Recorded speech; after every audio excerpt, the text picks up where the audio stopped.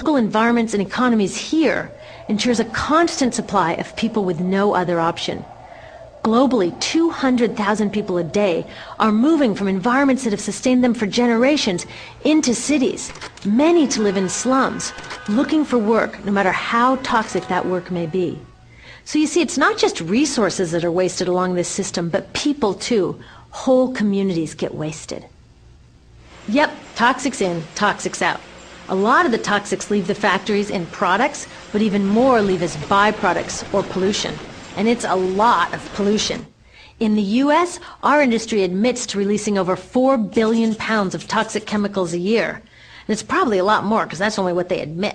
So that's another limit, because yuck, who wants to look at and smell 4 billion pounds of toxic chemicals a year?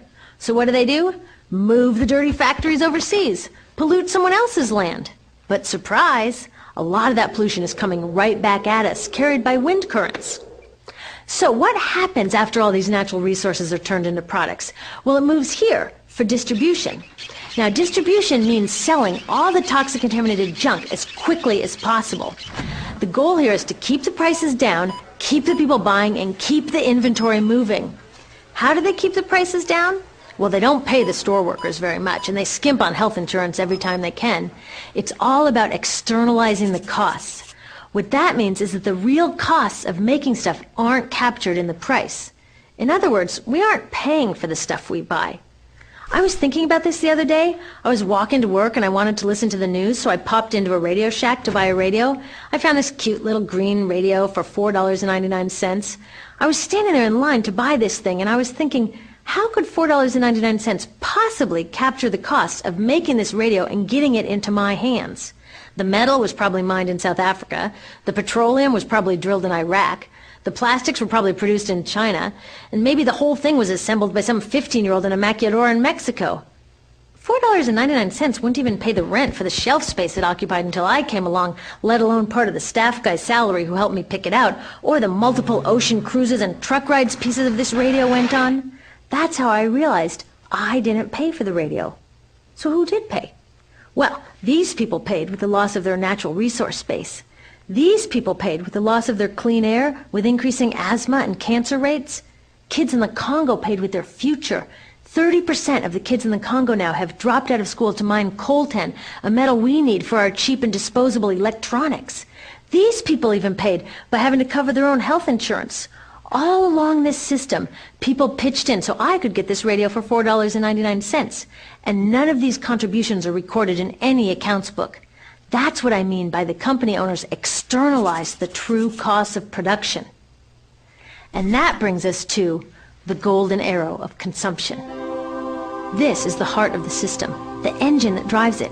It is so important that protecting this arrow has become the top priority for both of these guys. That's why after 9/11, when our country was in shock, and President Bush could have suggested any number of appropriate things, to grieve, to pray, to hope. No, he said to shop, to shop. We have become a nation of consumers. Our primary identity has become that of being consumers, not mothers, teachers, farmers, but consumers.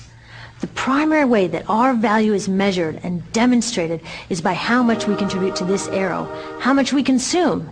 And do we? We shop and shop and shop, keep the materials flowing, and flow they do. Guess what percentage of total materials flow through this system is still in product or use 6 months after their date of sale in North America? 50%? 20? No, 1%. 1. In other words, 99% of the stuff we harvest, mine, process, transport, 99% of the stuff we run through this system is trashed within 6 months. Now, how can we run a planet with that level of materials throughput? It wasn't always like this. The average U.S. person now consumes twice as much as they did 50 years ago. Ask your grandma. In her day, stewardship and resourcefulness and thrift were valued. So how did this happen? Well, it didn't just happen. It was designed. Shortly after World War II, these guys were figuring out how to ramp up the economy. Retailing analyst Victor Lebeau articulated the solution that's become the norm for the whole system. He said, our enormously productive economy demands that we make consumption our way of life, that we convert the buying and use of goods into rituals, that we seek our spiritual satisfaction, our ego satisfaction in consumption. We need things consumed, burned up, replaced, and discarded at an ever-accelerating rate. President Eisenhower's Council of Economic Advisors chairman said that the American economy's ultimate purpose is to produce more consumer goods. More consumer goods? Our ultimate purpose? Not provide health care or education or safe transportation or sustainability or justice? Consumer goods? How did they get us to jump on board this program so enthusiastically? Well, two of their most effective strategies are planned obsolescence and perceived obsolescence. Planned obsolescence is another word for designed for the dump. It means they actually make stuff to be useless as quickly as possible, so we'll chuck it and buy a new one. It's obvious with things like plastic bags and coffee cups, but now it's even big stuff. Mops, DVDs, cameras, barbecues even, everything. Even computers. Have you noticed that when you buy a computer now, the technology is changing so fast that in just a couple of years, it's actually an impediment to communication? I was curious about this, so I opened up a big desktop computer to see what was inside. And I found out that the piece that changes each year is just a tiny little piece in the corner. But you can't just change that one piece because each new version is a different shape. So you gotta chuck the whole thing and buy a new one. So I was reading industrial design journals from the 1950s when planned obsolescence was really catching on. These designers are so open about it. They actually discuss how fast can they make stuff break that still leaves the consumer having enough faith in the product to go out and buy another one. It was so intentional. But stuff cannot break fast enough to keep this arrow afloat. So there's also perceived obsolescence. Now, perceived obsolescence convinces us to throw away stuff that is still perfectly useful. How do they do that?